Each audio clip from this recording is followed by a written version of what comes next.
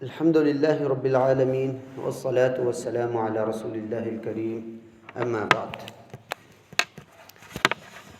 15ویں پارے کا خلاصہ اور اس کی ابتدا رسول اللہ صلی اللہ علیہ وسلم کے معراج کے واقعے کی طرف اشارہ ہے۔ فرمایا سبحان الذی اسری بعبدہ لیلا من المسجد الحرام الی المسجد الاقصی۔ رسول اللہ صلی اللہ علیہ وسلم کا جو زمین کا سفر ہے اس کو اسراء کہا جاتا ہے، اور پھر زمین سے آسمان کی طرف عروج کا سفر معراج کہلاتا ہے۔ اسراء کے سفر کے بارے میں ادھر ذکر ہوا کہ اللہ تعالیٰ نے رسول اللہ صلی اللہ علیہ وسلم کو مسجد حرام سے مسجد اقصی جو ہے اس تک سفر کروایا۔ اس سفر کو سفر اسراء کہا جاتا ہے، اور اس پارے کا اختتام موسیٰ علیہ السلام کے اس قول کے ساتھ آتا ہے، قال اقتلت نفسا زکیۃ بغیر نفس لقد جئت شیئا نکرا۔ موسیٰ علیہ السلام عزیر علیہ السلام کے پاس علم حاصل کرنے کے لیے اللہ تعالیٰ کے حکم سے جاتے ہیں۔ ان کے منع کرنے کے باوجود کہ عزیر علیہ السلام کو اللہ تعالیٰ کی طرف سے حکم ہوتا ہے، علم ہوتا ہے، لیکن موسیٰ علیہ السلام کو وہ چیزیں نہیں ہوتی پتہ، تو عزیر علیہ السلام اللہ تعالیٰ کے حکم سے ایک بچے کو قتل کر دیتے ہیں۔ تو موسیٰ علیہ السلام اس بات پر ان کی سرزش کرتے ہیں کہ ایسا بندہ جو کہ پاک تھا، جس کی کوئی غلطی نہیں ہے، کسی اور کو مارا نہیں ہے اس نے، تو آپ اس کو قتل کر رہے ہیں، یہ تو بڑی عجیب بات کر دی، بڑا عجیب کام کر دیا۔ تو بعد میں ان کو بتایا گیا کہ اس کا معاملہ کچھ اور تھا، یہ اللہ تعالیٰ کی طرف سے حکم تھا۔ اب اس پارے کے آغاز میں رسول اللہ صلی اللہ علیہ وسلم کے اسراء اور معراج کا ذکر ہونا، اور پارے کے اختتام میں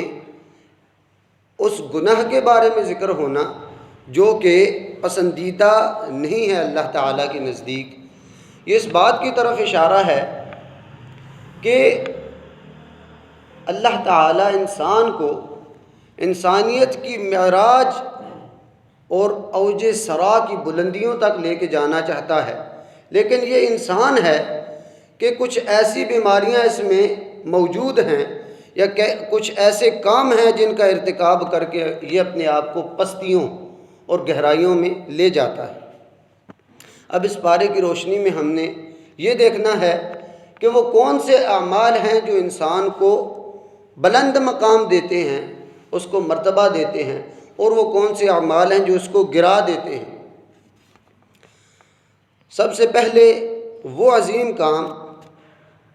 کہ جن سے اللہ تعالیٰ بڑا خوش ہوتا ہے اور انسان کو مرتبے عطا کرتا ہے، وہ یہ کہ ایمان اور اس کے ساتھ ساتھ عمل صالح، یہ پہلا کام ہے۔ وَيُبَشِّرُ الْمُؤْمِنِينَ الَّذِينَ يَعْمَلُونَ الصَّالِحَاتِ، کہ وہ مومن لوگ، ایمان تو ان کا ہے، اچھے کام بھی اگر کرتے ہیں تو اللہ تعالیٰ نے کہا ہے ان کو بشارت دے دو، ان کو خوشخبریاں دو، اور پھر یہ نیکی کرنا ان کا اخلاص پر مبنی ہوتا ہے، اللہ تعالیٰ سے اجر کی نیت ہوتی ہے اور کسی سے اجر کی نیت نہیں ہوتی ہے ان کی، کیونکہ اگر اور کسی کے ساتھ ہے تو اللہ تعالیٰ کہتے ہیں کہ میں اس کے عمل کو بھی چھوڑ دیتا ہوں اور اس کو بھی چھوڑ دیتا ہوں۔ تو عمل صرف وہی مقبول ہے جو اللہ تعالیٰ کے خالص نیت کے ساتھ انسان کرتا ہے۔ اور پھر والدین کے ساتھ حسن سلوک کا ذکر ہے، اور فرمایا وَبِالْوَالِدَيْنِ إِحْسَانًا، والدین کے ساتھ نیکی نہیں، ان کی خدمت نہیں، بلکہ فرمایا احسان کا معاملہ، اور اس کی ایک صورت ذکر کی، اس کی ایک حالت اور ایک سچویشن ذکر کی۔ فرمایا اما یبلغن عندک الکبر احدہما او کلاہما، اگر آپ کے زندگی میں آپ کو ایک یا دونوں بوڑھی حالت میں مل جائیں، بوڑھے ہوں، عمر زیادہ ہو گئی ہو، فلا تقل لہما اف، ان کو اف بھی نہیں کہنا، ولا تنہرہما، اور ان کو جھڑکنا بھی نہیں، یعنی کم سے کم بھی اور اعلیٰ سے اعلیٰ چیز جو جھڑکنا ہے، ان دونوں کو ذکر کر دیا، یعنی کوئی چیز بھی ان میں سے جائز نہیں ہے۔ وَقُلْ لَهُمَا قَوْلًا كَرِيمًا، اور ان کو بڑی اچھی طرح بات کرو، اور فرمایا وَاخْفِضْ لَهُمَا جَنَاحَ الذُّلِّ مِنَ الرَّحْمَةِ۔ بہت پیاری یہ قرآن کی تعبیر ہے کہ اپنے نرمی کے بازو ان کے سامنے بچھا دو، یہ اللہ تعالیٰ کی طرف سے حکم ہے، اور بڑی پیاری طرح ادھر وضاحت کی گئی۔ پھر یہ کہ حقوق کی پاسداری کی جائے، وَآتِ ذَا الْقُرْبَى حَقَّهُ، رشتہ داروں کے جو حقوق ہیں، جن میں سے سب سے زیادہ یہ کہ اگر وہ غریب ہیں، نادار ہیں، ان کی مدد کی جائے۔ اسی طرح مساکین اور جو مسافر لوگ ہیں ان کے حق کے بارے میں ذکر ہے۔ اور پھر وعدے کی پاسداری کرے، وَأَوْفُوا بِالْعَهْدِ، اس لیے کہ ان کے بارے میں پوچھا جائے گا، آپ نے وعدہ کیا تھا، آپ نے زبان دی تھی، اس کے بارے میں سوال ہوگا کہ اس کو پورا کیا یا اس کو توڑ دیا۔ اور پھر ماپ تول کو پورا کرنے کی تلقین کی گئی، وَأَوْفُوا الْكَيْلَ إِذَا كِلْتُمْ وَزِنُوا بِالْقِسْطَاسِ الْمُسْتَقِيمِ، آپ جب ناپتے ہو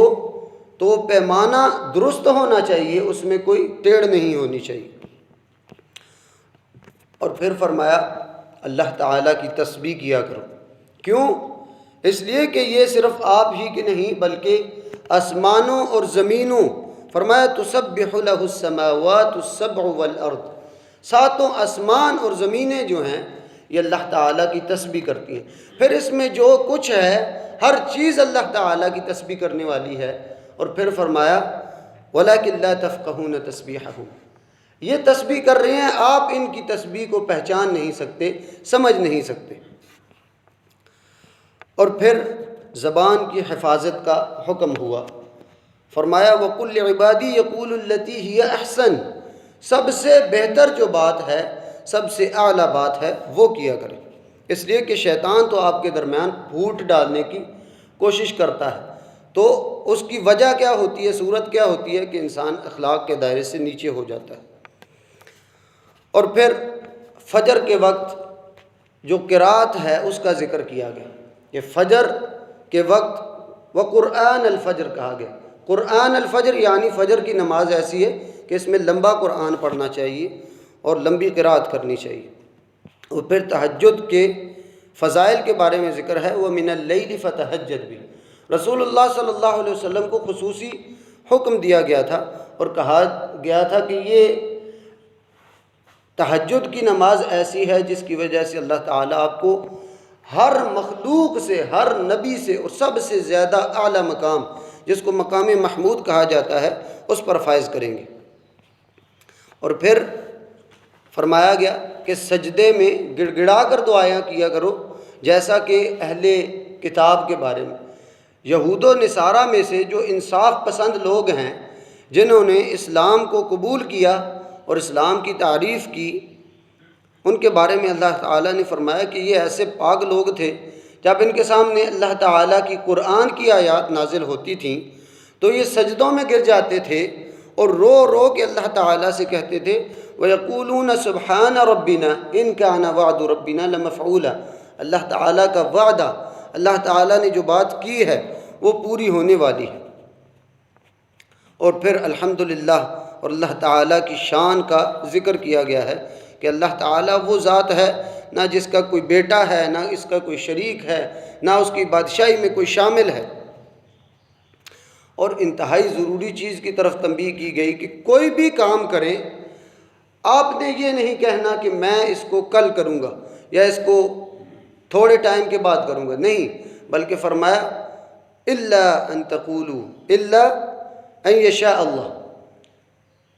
ہاں یہ کہ آپ اس کے ساتھ انشاءاللہ کے الفاظ بھی کہیں، یہ اللہ تعالیٰ کی طرف اس کو پھیرنے کی ایک بات ہوگی۔ پھر ایمان والے جو لوگ ہیں، بے شک وہ فقیر ہیں، نادار ہیں، ان کو نظر انداز نہ کریں بلکہ ان کو اہمیت دیں۔ پھر دنیا کی حقیقت کے بارے میں ذکر کیا گیا، یہ دنیا جو ہے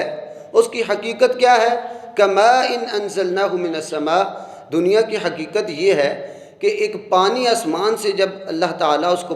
برساتا ہے بارش کی صورت میں، اور اس سے زمین سے پودے اگتے ہیں، اناج اگتا ہے۔ پھر ایک وقت آتا ہے کہ اس نے بھوسا بن جانا ہوتا ہے اور ہوائیں اس کو اڑا کے لے پھرتی ہیں۔ یہ انسان کی زندگی کی حقیقت ہے کہ ایک وقت آتا ہے اس پر ہریالی ہے، لیکن یہ بہت تھوڑے وقت کے لیے۔ ایک دن آنا ہے کہ اس نے بھوسا بن جانا۔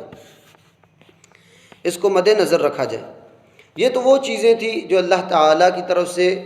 حکم ہے کہ اگر یہ کرو گے تو اللہ تعالیٰ آپ کو بڑا مرتبہ دے گا، بڑا مقام دے گا۔ اب وہ چیزیں جو انسان کو پستی کی گہرائیوں میں گرا دیتی ہیں، ان میں سے سب سے پہلے کہ اللہ تعالیٰ پر یقین نہ ہونا، اللہ تعالیٰ پر ایمان نہ ہونا، یہ انسان کو بڑا گرا دیتا ہے۔ اور پھر اس کے ساتھ جو شرک ہے، وہ تو انسان کو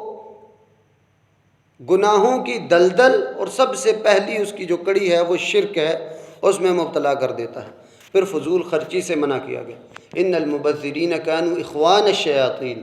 بے جا خرچ کرنے والے جو ہیں وہ تو شیطان کے بھائی ہیں۔ اور اولاد کے قتل سے منع کیا گیا اور فرمایا گیا ولا تقربوا الزنا، زنا کرنا نہیں، فرمایا اس کے قریب بھی نہ بھٹکو، جو چیزیں زنا کی طرف لے کے جا رہی ہیں ان چیزوں سے بھی بچے۔ اور پھر یتیم کے مال کھانے سے منع کیا گیا۔ اور فخر و غرور، انسان کے اندر جو تکبر ہے اس کی حقیقت کے بارے میں ذکر کیا گیا کہ آپ کیا اکڑ کر چلتے ہیں، کیا تکبر ہے آپ میں۔ انک لن تخرق الارض، زمین کو پھاڑ نہیں سکتے آپ چل کر۔ ولن تبلغ الجبال طولا، آپ لمبائی میں، بڑے ہونے میں پہاڑ کو بھی نہیں پہنچ سکتے کہ آپ پہاڑ جتنے بڑے ہو جائیں۔ کیا چیز ہے کہ آپ اس پر تکبر اور غرور کر رہے ہیں؟ اللہ تعالیٰ کی طرف سے ڈانٹ تھی یہ۔ اور پھر قرآن سے اعراض کرنے سے منع فرمایا، اور جو اعراض کرنے والے ہیں ان کی کچھ صورتیں ذکر کی گئیں کہ وہ اپنے کانوں میں جو ہے سننے جاتے تھے، لیکن اللہ تعالیٰ فرماتے ہیں کہ ان کے کانوں پر ہم نے پردے ڈال دیے تھے، اس لیے کہ ایمان کی روشنی ان کے دل میں نہ تھی۔ اور پھر اللہ تعالیٰ پر جھوٹ باندھنے سے منع کیا گیا اور ظلم و زیادتی سے منع فرمایا گیا۔ فرمایا وَتِلْكَ الْقُرَىٰ أَهْلَكْنَاهُمْ لَمَّا ظَلَمُوا، یہ جب لوگ اکٹھے جھوٹ کے اوپر متفق ہو جاتے ہیں، جھوٹ عادت بنا لیتے ہیں، تو فرمایا کہ ایسی بستیاں کتنی ہیں کہ انہوں نے جھوٹ، ظلم، زیادتی اس کو اپنا جب شیوا بنا لیا تو اللہ تعالیٰ نے ان کو ہلاک کر دیا۔ یہ کچھ ایسی صورتیں ہیں، ایسی چیزیں ہیں جو انسان کو پستی کی گہرائیوں میں اور اس کا جو مقام اور مرتبہ اللہ تعالیٰ نے اس کے لیے لکھا ہوتا ہے، وَلَقَدْ خَلَقْنَا الْإِنسَانَ فِي أَحْسَنِ تَقْوِيمٍ، اس کو گرا کے پستی کی گہرائیوں تک پہنچ جاتا ہے۔ اللہ تعالیٰ ہمیں ان اعمال کی توفیق عطا فرمائے جو انسان کو مرتبہ دیتی ہیں، ان اعمال سے بچائے جو ان کو پستیوں میں گرا دیتی ہے۔ سبحانک اللہم و بحمدک، اشہد ان لا الہ الا انت، استغفرک و اتوب الیک۔ السلام علیکم۔